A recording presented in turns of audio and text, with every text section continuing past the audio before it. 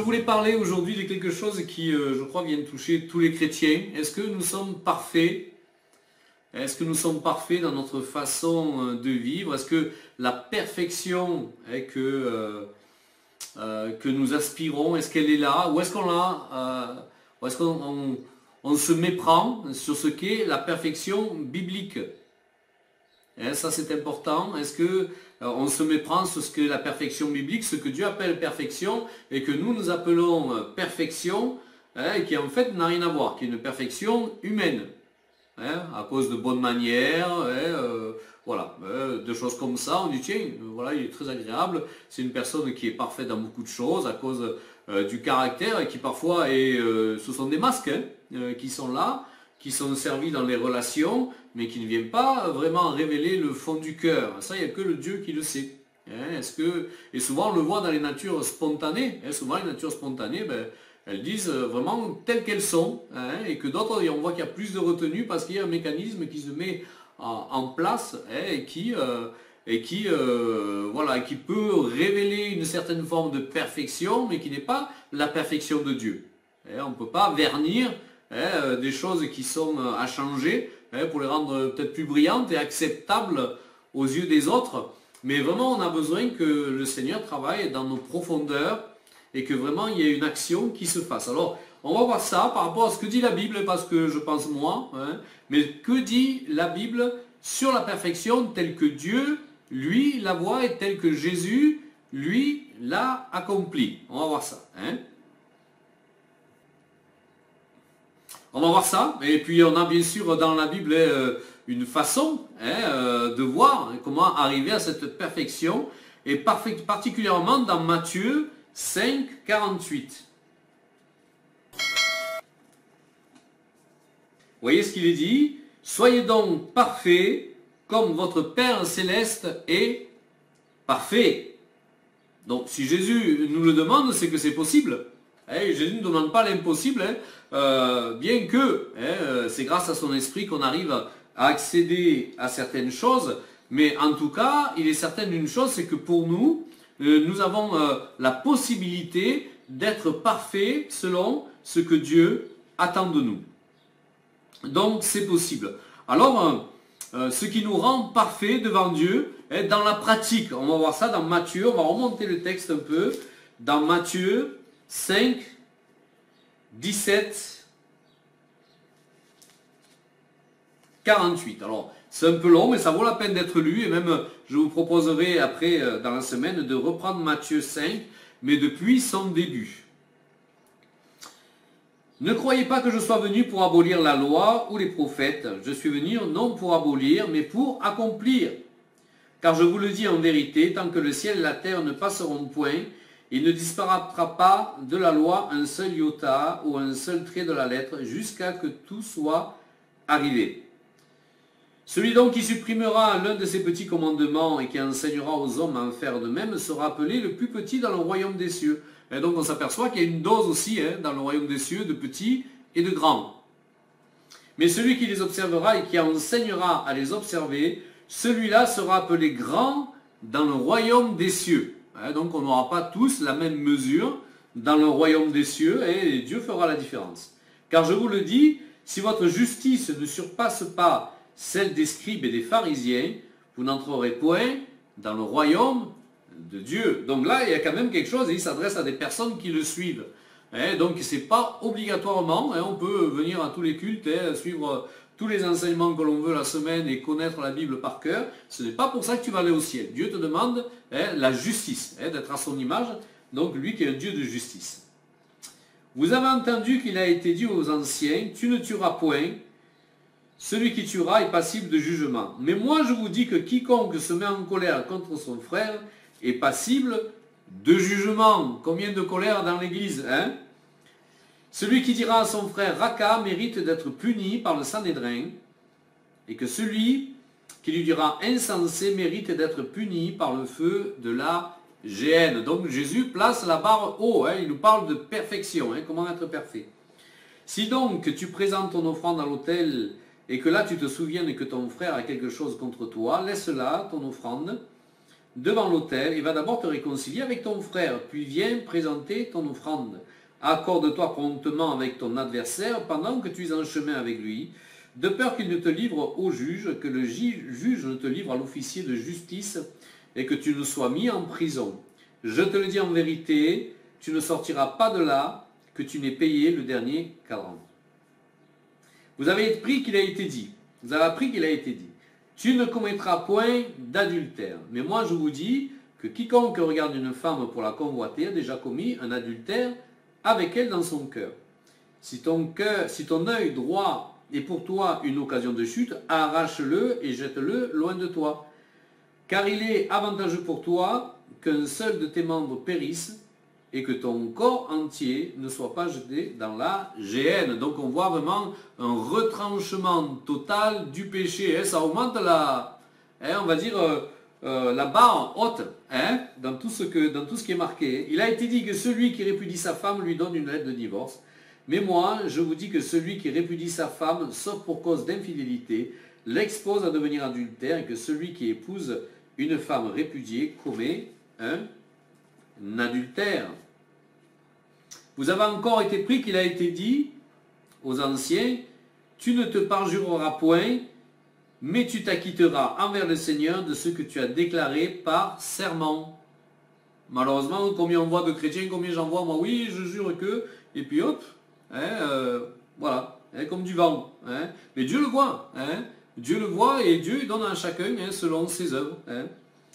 Mais moi je vous dis, ne jurez aucunement ni par le ciel, parce que c'est le trône de Dieu, ni par la terre, parce que c'est son marchepied, ni par Jérusalem, parce que c'est la ville du grand roi. Ne jure pas non plus par ta tête, car tu ne peux rendre blanc ou noir un seul cheveu, j'en témoigne. Voilà. Que votre parole soit oui, oui, non, non. Ce qu'on y rajoute vient du malin. Combien de fois on dit oui, et puis hop, 6 mois après, tu entends la personne, ben non, finalement, moi je l'ai entendu des centaines de fois. Vous avez pris qu'il a été dit œil pour œil, dent pour dent. Mais moi, je vous dis de ne pas résister aux méchants. Si quelqu'un te frappe sur la joue droite, présente-lui aussi l'autre. Je me souviens d'un temps d'évangélisation à Paris où il y a une personne ici qui a reçu une belle gifle de la part d'une personne qui a été en train de témoigner. Tu t'y attends pas, tu vas apporter du bien, et la personne se lève et bam, t'en flanques une. Voilà, donc le Seigneur nous dit de ne pas répondre. Si quelqu'un veut plaider contre toi et prendre ta tunique, laisse-lui encore ton manteau. C'est pas évident, C'est pas évident, Si quelqu'un te force à faire un mille, fais-en 2 avec lui. Donc tu dois donner encore plus que ceux qui t'aient demandé. Donne à celui qui te demande et ne te détourne pas de celui qui veut emprunter de toi. Vous avez appris qu'il a été dit, tu aimeras ton prochain et tu haïras ton ennemi, mais moi je vous dis, aimez vos ennemis. C'est pas évident, On aimerait bien des fois que l'ennemi se prenne un petit coup de massue là. Bénissez ceux qui vous maudissent, faites du bien à ceux qui vous haïssent, et priez pour ceux qui vous maltraitent et qui vous persécutent. Dieu se charge d'eux. Afin que vous soyez fils de votre Père, qui est dans les cieux. Donc c'est-à-dire que le Père, il fait comme ça. S'il fallait qu'il juge toutes les personnes qui le maudissent, j'écoutais un témoignage hier soir d'une personne même qui déchirait la page de la Bible, il s'en faisait des cigarettes, pour dire à quel point il avait renié Dieu, c'est une histoire vraie. Et puis le gars, il est mort, il est en enfer.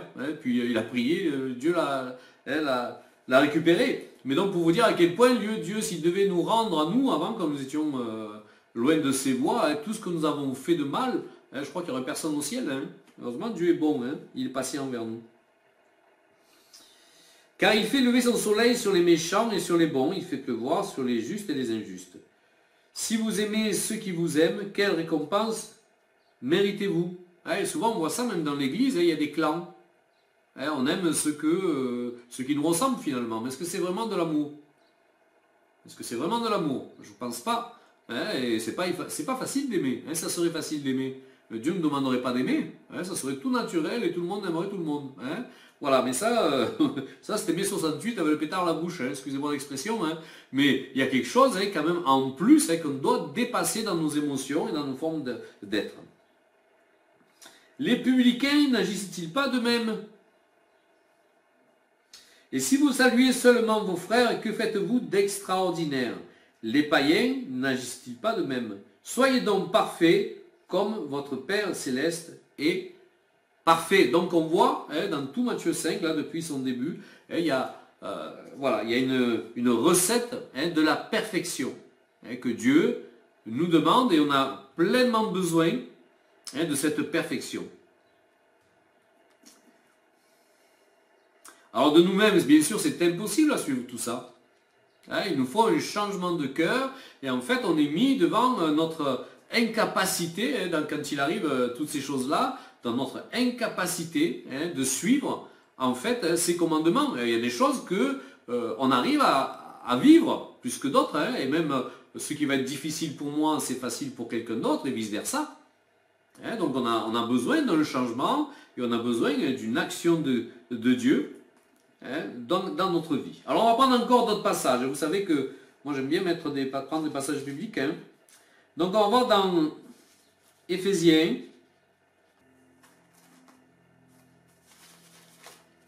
Alors, Éphésiens 3, 13. On va voir un peu pourquoi je prends ce passage. Hein. Aussi, je vous demande de ne pas perdre courage à cause des afflictions que j'endure pour vous. Elles sont votre gloire. À cause de cela, je fléchis les genoux devant le Père de qui toute famille dans les cieux et sur la terre tire son nom. Et on va prendre un passage maintenant dans Jacques, chapitre 1, versets 2 à 4. Mes frères, regardez comme un sujet de joie complète les diverses épreuves auxquelles vous pouvez être exposés. Est-ce qu'on a cette réaction hein? Sachant que l'épreuve de votre foi produit la patience. Mais il faut que la patience accomplisse parfaitement son œuvre, afin que vous soyez parfaits et accomplis sans faillir à rien.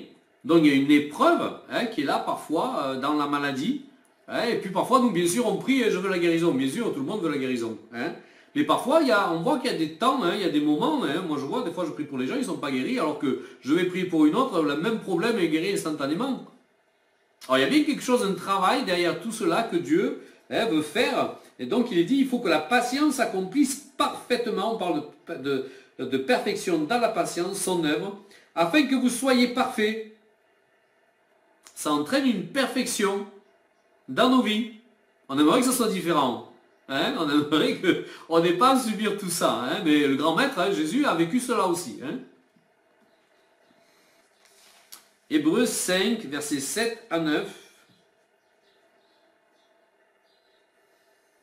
C'est lui qui, dans les jours de sa chair, a présenté avec de grands cris et avec larmes des prières et des supplications à celui qui pouvait le sauver de la mort, et il a été exaucé à cause de sa piété.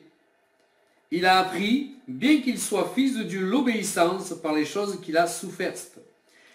Après avoir été élevé à la perfection, il est devenu, pour tous ceux qui lui obéissent, l'auteur d'un salut éternel. Et donc on s'aperçoit, avec les textes qu'on vient de lire, il y a quelque chose dans la souffrance. Hein, et là, le point culminant hein, de l'obéissance, hein, c'était pour amener Jésus à une perfection. Et on s'aperçoit que la perfection de Dieu n'est pas notre perfection. On pourrait dire Jésus, quand on lit tous les évangiles avant la croix, on dit c'est l'homme parfait, il n'a jamais péché.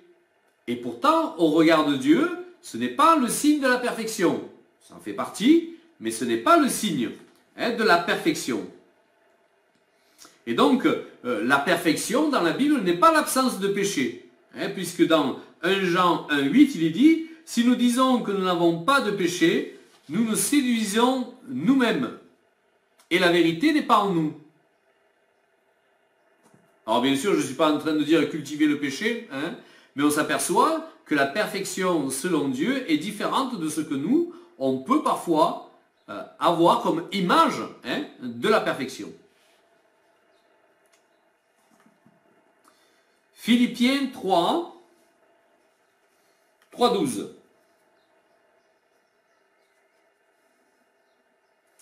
Voici ce que dit Paul. Ce n'est pas que j'ai déjà remporté le prix ou que j'ai déjà atteint la perfection, mais je cours pour tâcher de le saisir, puisque moi aussi j'ai été saisi par Jésus-Christ.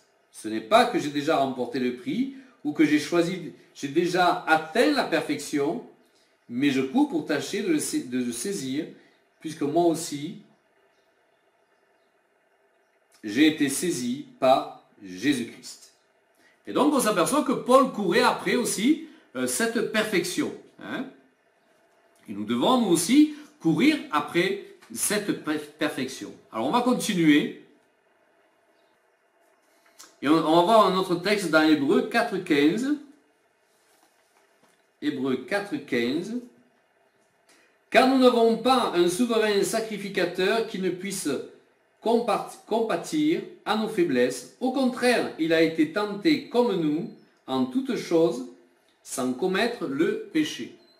Alors on s'aperçoit que Jésus, bien sûr, était sans péché, et même s'il a porté le péché de tous les hommes, lui ne s'est jamais fait, il n'a jamais été pécheur, il s'est fait pécher, mais il n'a jamais été pécheur, et on s'aperçoit qu'en fait, comme il est dit avant, que Dieu l'a élevé à la perfection par sa crucifixion, on s'aperçoit que ce n'est pas ce que Dieu veut dire. Donc ta perfection ne dépend pas du péché avec lequel tu peux lutter encore, qui peut être encore là, mais ta perfection dépend d'autre chose. Et donc on s'aperçoit qu'en fait la perfection de Jésus-Christ était là devant Dieu par les souffrances qu'il a vécues à la croix. Est-ce que vous me suivez? Est-ce que c'est clair? Ça nous enlève un peu de la culpabilité, de l'accusation. Est-ce qu'on est parfait? Dieu, lui, nous voit parfait quand on continue comme ça. On va voir à quel point, donc ça peut, jusqu'à où ça peut aller. On va continuer. Et vous allez voir en fait que c'est différent de ce qu'on peut penser. Alors dans Hébreux 2:10, il convenait en effet que celui pour qui et par qui sont toutes choses, et qui voulait conduire à la gloire beaucoup de fils, et élever à la perfection par les souffrances le prince de leur salut. Ça brise un peu des schémas que nous avons sur la perfection. Donc il faut séparer la perfection humaine, ce qu'on a appris pour être parfait, notre bonne éducation, la culture la meilleure, voilà, ça peut passer par beaucoup de choses, et la perfection que Dieu, lui, cherche en nous et désire en nous. Je vais relire ce passage.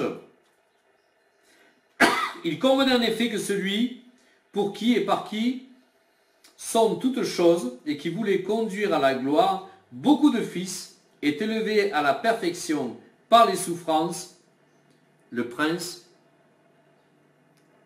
de leur salut. Donc on s'aperçoit que en fait, excusez-moi, il y a cette perfection qui était là, par les souffrances, mais aussi par la volonté de Dieu, puisqu'il dit lui-même, Jésus dit lui-même, ma vie, on ne me la prend pas, c'est moi qui le donne. Donc dans une obéissance totale à la volonté de Dieu. Voilà ce que Dieu appelle la perfection, ce qui est appelé la perfection biblique. Dans Hébreux 5, 8, 9,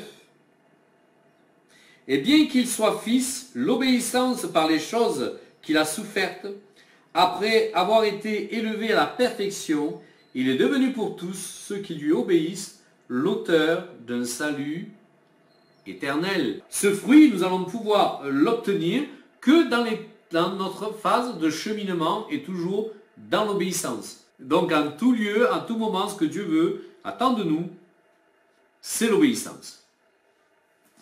Alors nous allons voir cette obéissance dans Jacques 2, 22. Tu vois que la foi agissait avec ses œuvres, et que par les œuvres, la foi fut rendue parfaite. Ainsi s'accomplit ce que dit l'Écriture, Abraham crut à Dieu, et cela lui fut imputé à justice, et il fut appelé l'ami de Dieu.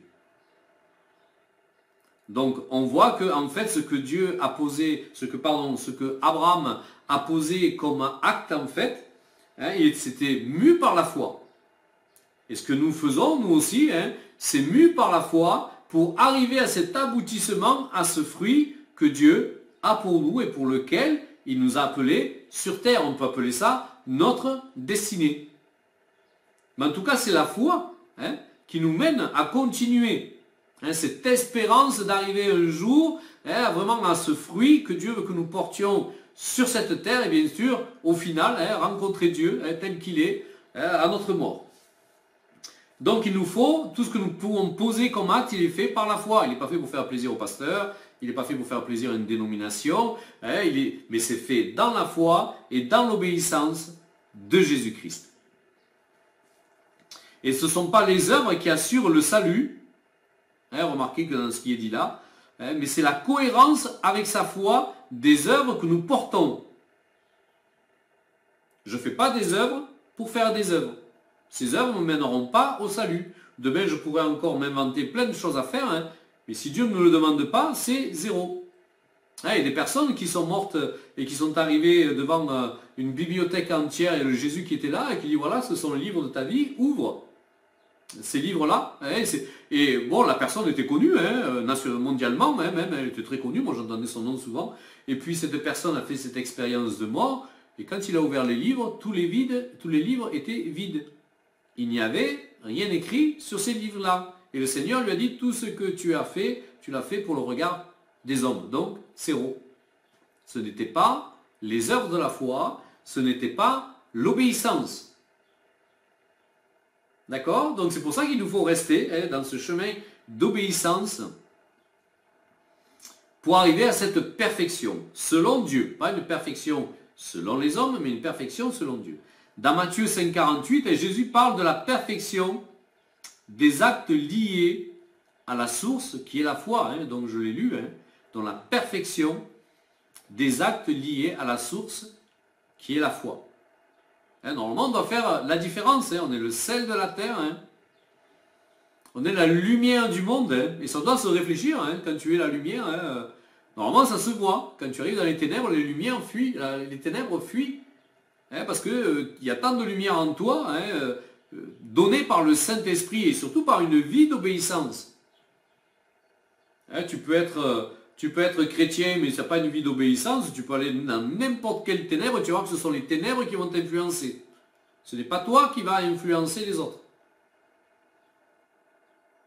Donc il y a des portes à garder dans l'obéissance et qui nous amènent à un plus haut niveau de foi, à une étape supérieure, et comme ce bourgeon qui est devenu une fleur et qui est devenu une amande, on va dire. Et donc c'est dans cette obéissance que la maturité spirituelle vient. Dans Colossiens 3,14, on va voir aussi cette obéissance qui n'est pas toujours naturelle chez nous. Il n'est pas toujours naturel chez nous parce que nous avons nos clivages, nous avons nos formes de pensée. Tout cela va dépendre de notre éducation, va dépendre de comment nous avons été, quels ont été nos parents, qu'est-ce qu'on a pu vivre dans notre vie. Mais on va voir que dans Colossiens 3,14, voici ce qu'il est dit. Par-dessus tout, revêtez-vous de l'amour, qui est le lien de la perfection. On ne peut pas y échapper. Le véritable amour est de faire passer l'autre avant soi et de le traiter comme nous aimerions être traités.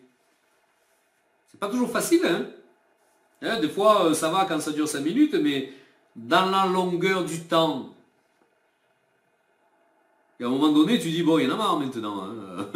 Je vais remettre les choses en ordre.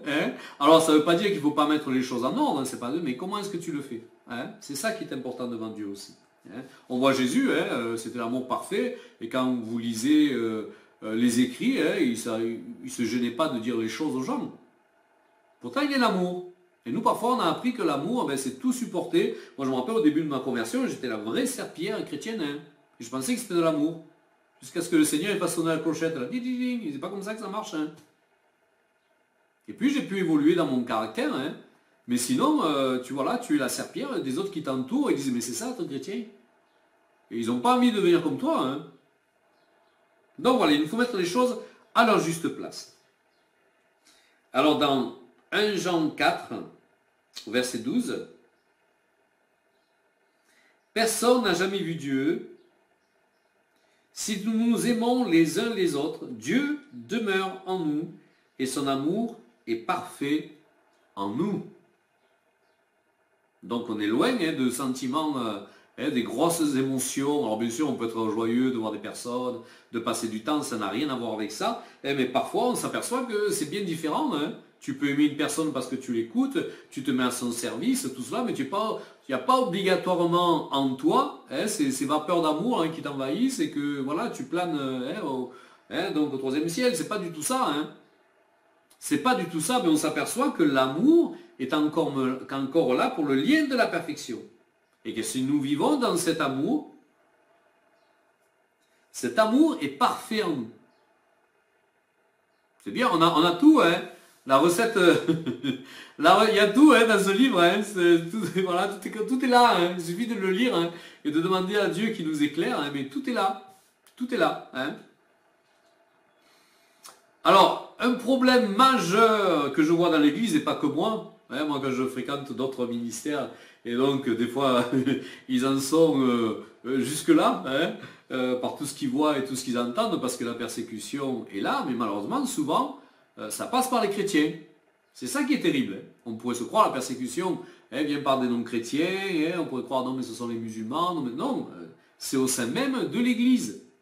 Hein. Voici ce que dit Jacques 3.2. Si quelqu'un ne bronche pas en parole, c'est un homme parfait.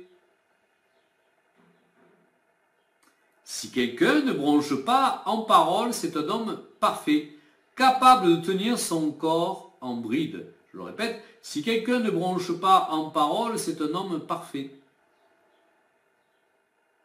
Et ça, c'est terrible dans l'église. Hein. Ça détruit des églises. Hein.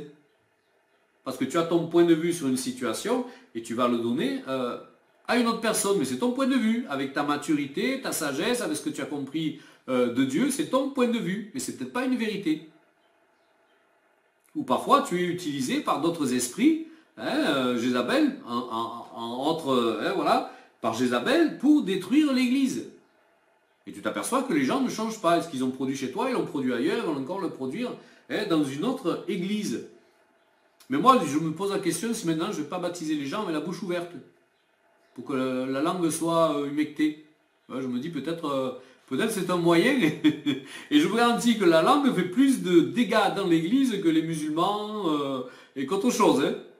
Moi je vous le garantis. Hein. Avec tout ce que j'entends autour de moi par les pasteurs, je dis mais ça tient d'une... c'est incroyable. Hein. Moi j'entends des trucs, tu te dis non mais c'est pas possible. Hein. C'est pas possible. Alors on peut avoir été utilisé pour faire des exploits avec Dieu, mais le mauvais usage de ta langue montre que tu es encore, ou que nous sommes encore, des bébés spirituels. Dieu peut t'utiliser, demain tu pars dans un endroit, il déclenche un réveil avec toi. Tu n'as rien demandé. Hein. Moi, il m'a fait le coup plusieurs fois. Hein. Il déclenche un réveil. Mais si à côté de ça, l'usage de ta langue, et puis les gens le voient, hein, tu sais, tu avais d'autres personnes, ils le voient bien, ta langue. Hein. Moi, je suis étonné des fois de ce que j'entends, ce qui sort de la bouche des chrétiens, hein, franchement. Hein. Il y a quelque chose vraiment à réformer. Hein. Et donc, ça montre un peu ton état spirituel, parce que la langue est connectée au cœur, hein, donc ça montre un peu ce que tu as au cœur. Hein. Et donc, la solution, c'est la communion avec Jésus.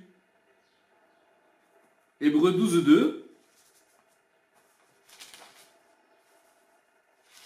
La solution, c'est la communion avec Jésus. Ça a dû vous le faire, hein. Il y a des choses qui vous irritent, vous en avez par-dessus la tête, et puis tu disais, je vais les prier, tiens, et hop. Mais ça te paraît lointain après. Ceux qui t'ont harcelé, ceux qui venaient là, qui étaient, c'était un écran devant tes yeux, tu voyais que ça comme problème. Hein. Tu vas prier, puis d'un coup, c'est plus rien, c'est une vapeur lointaine. Hein. Ayant les regards sur Jésus qui suscite la foi et l'amène à la perfection, En échange de la joie qui lui est réservée, il a offert la croix, méprisé l'ignominie et s'est assis à la droite du trône de Dieu. Ayant les regards sur Jésus qui suscitent la foi. Combien de fois je répète aux gens, non mais regarde au Seigneur. Et c'est vrai que le problème, la montagne, c'est plus qu'un petit caillou, quoi. Il est là, c'est un caillou, mais c'est plus la montagne. Mais on regarde, nous on est fixé sur nos pensées. Voilà, on va à tout prix que l'autre fasse comme on a envie que ça soit, ou même diriger la vie des autres. Et combien j'entends des mamans, oui, mais fais ça, il faudrait que... Mais c'est sa vie. Laisse-le vivre sa vie. Nous-mêmes, on ne voudrait pas que quelqu'un vienne nous imposer notre style de vie. Alors laissons vivre les autres aussi. Malheureusement, il y a des choses qui s'apprennent avec l'âge, la maturité bien sûr. Mais souvent on laisse, voilà, on ne veut pas laisser l'autre. Et puis ça devient un harcèlement sur nos pensées parce que ta pensée n'est pas juste. Ce n'est pas toi qui dois décider comment l'autre doit vivre ou ce qu'il doit faire ou ce qu'il doit dire. Ou quel travail est-ce qu'il doit aller chercher, où est-ce qu'il doit habiter, où est-ce qu'il... Non, c'est Dieu. Tu pries pour lui, tu abandonnes le sujet. Qu'il en tombe 1000 à ta droite et 10 000 à ta gauche, toi tu restes hors d'atteinte. Pourquoi? Parce que tu fixes ton regard sur Jésus-Christ. Et tu ne le fixes plus sur ses flèches. Donc il nous faut changer d'attitude. Et si je regarde autour de moi, eh bien je m'inquiète, je vacille, je sombre. Oui, le Covid et le nouveau gouvernement et le Oui, mais Jésus il dit ça, il a fait ça dans ta vie, il va encore faire ça, tu as encore ces promesses-là. Recentre sur la vérité. Recentre sur la vérité. C'est ce qui va te permettre de continuer à marcher dans l'obéissance et à toujours avoir ce second souffle pour dire je continue malgré les catastrophes et les séismes. Et je dirais que la communion avec Jésus nous sort de la loi. La communion avec Jésus te sort de la loi. Dans Hébreux 7, 19, la loi n'a rien amené à la perfection. La loi n'a rien amené à la perfection. Elle nous montre juste nos incapacités et ce qu'on ne sait pas faire. Donc fixe tes regards sur Jésus. Je répète, dans Hébreux 7, 19, la loi n'a rien amené à la perfection. Elle nous montre juste nos incapacités. Donc fixe ton regard sur celui qui est parfait, sur celui qui a la vérité. Il va commencer à te parler de toi et de son amour pour toi. Tu vas sentir cette présence qui va tomber sur toi. Tu vas voir à quel point il t'aime et à quel point aussi il aime les autres. Combien ça fait souffrir des fois quand on voit des personnes qu'on aime prendre un mauvais chemin, mais comment tu veux faire? À part prier. Alors gardons les yeux fixés sur la perfection qui est Jésus-Christ. Alors pour arriver à cette perfection, Dieu donne aussi dans Éphésiens 4, 12, il donne les ministères. Pour arriver à cette perfection, Dieu donne des dons. Merci Seigneur. Donc Dieu a tout prévu pour que nous arrivions à cette perfection. Et donc, pour conclure, je dirais que si tu veux être parfait, c'est le don total de toi-même à Dieu qui le fera. Tout ce que tu retiens, que tu ne veux pas donner à Dieu, c'est une pierre d'achoppement. Alors des fois, on arrive à un certain âge, on a construit, on a beaucoup bataillé, on a beaucoup travaillé pour construire, et puis Dieu te dit, quelque part c'est un peu faussé, pas tout, parce que Dieu ne veut pas qu'on habite dehors et il veut qu'on mange à notre faim, c'est pas ça, mais parfois, est-ce qu'on a pris le bon chemin? Est-ce qu'on a été dans l'obéissance? Est-ce qu'on a été, ou est-ce qu'on a construit finalement pour une chose qui va passer? Moi je me souviens, une fois j'ai reçu un article, là c'était un Africain, donc ils avaient fait une grosse fosse, donc ce monsieur était décédé.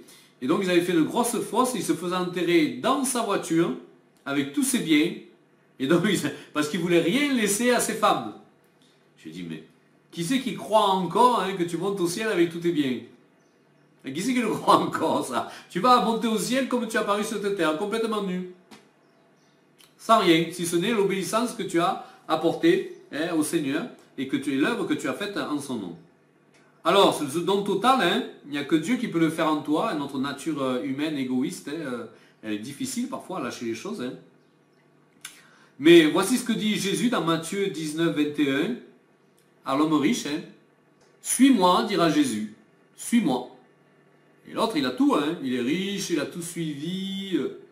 Mais il paraît que, bien sûr, la loi n'accomplit pas la perfection. Alors, quelque part, Jésus lui dit, ben, lâche ta loi et suis-moi.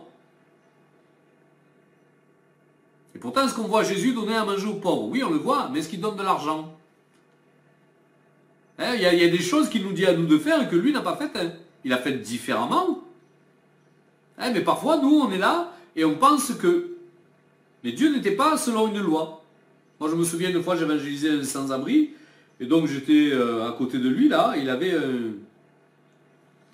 avait un genre de chapeau, là, où les gens y passaient, ils donnaient. Et moi, le Seigneur me disait, tu ne lui donnes rien. Alors, c'était gênant. Tu es à côté de lui, le gars, tu vois bien qu'il a besoin. Le Seigneur me disait, non, tu ne donnes rien. Alors, j'ai rien donné. Et puis, dans la conversation, au bout d'une demi-heure, il me dit, oh, mais moi, de toute façon, je dors où je veux. Hein. J'ai mon cousin, il a 3 hôtels. Il m'a dit, quand tu veux venir dormir, tu viens où tu veux. Il n'y a pas de problème. Selon la loi, j'aurais dû donner à celui qui a besoin. Hein, selon la loi. Mais si j'écoute la voix de l'esprit, qui sonne de tout en tous, hein, il me disait, non, non, mais tu donnes absolument rien. Donc c'est différent. Hein, ne suivons pas la loi, mais suivons la voix du Saint-Esprit. Donc ne soyons pas comme cet homme riche, hein, qui voulait bien faire. Hein. Ce jeune, il voulait bien faire, il n'y a pas de problème. Hein, mais ce n'était pas la voie de la perfection. Je vous invite à offrir son corps, hein, tout son être, en sacrifice vivant, pour discerner ce qui est parfait.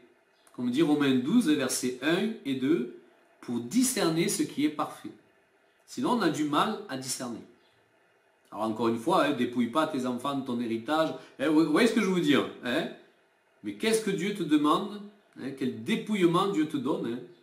Quelle est l'obéissance qui va amener à ce fruit parfait que Dieu a pour toi? Et parfois, on ne rentre pas dans la destinée parce qu'on oublie certaines choses de la Bible. Les gens prient pour que je rentre dans ma destinée. Oui, moi je veux bien prier, mais en même temps, il faut que tu fasses ta part. Hein. Si ça serait d'un claquement de doigts, on y serait tous. Hein. Vous croyez pas? Donc on va finir par un passage. Donc Jean 15, versets 9 à 14. Jean 15, versets 9 à 14. Comme le Père m'a aimé, je vous ai aussi aimé. Demeurez dans mon amour. Si vous gardez mes commandements, vous demeurerez dans mon amour. Donc il y a une condition. Il y a bien une condition pour demeurer dans l'amour de Dieu, c'est garder ses commandements. De même que j'ai gardé les commandements de mon Père, lui-même était dans l'obéissance. Il n'est pas arrivé sur terre en disant, ben moi je suis fils de Dieu, voilà, il n'a pas inventé son propre truc. Hein. Il est resté dans l'obéissance de ce que Dieu lui avait demandé, de ce que le Père lui avait demandé de faire hein, sur terre. De même que j'ai gardé les commandements de mon Père et que je demeure dans son amour. Je vous ai dit ces choses afin que ma joie soit en vous et que votre joie soit parfaite. On parle encore de perfection. C'est ici mon commandement, aimez-vous les uns les autres comme je vous ai aimé. Il n'y a pas de plus grand amour que de donner sa vie pour ses amis. Vous êtes mes amis si vous faites ce que je vous commande. C'est clair, hein? Il n'y a pas de... Hein, c'est ni à gauche ni à droite, hein, c'est comme ça. Hein. Si tu fais ce que tu commandes, tu es l'ami de Jésus.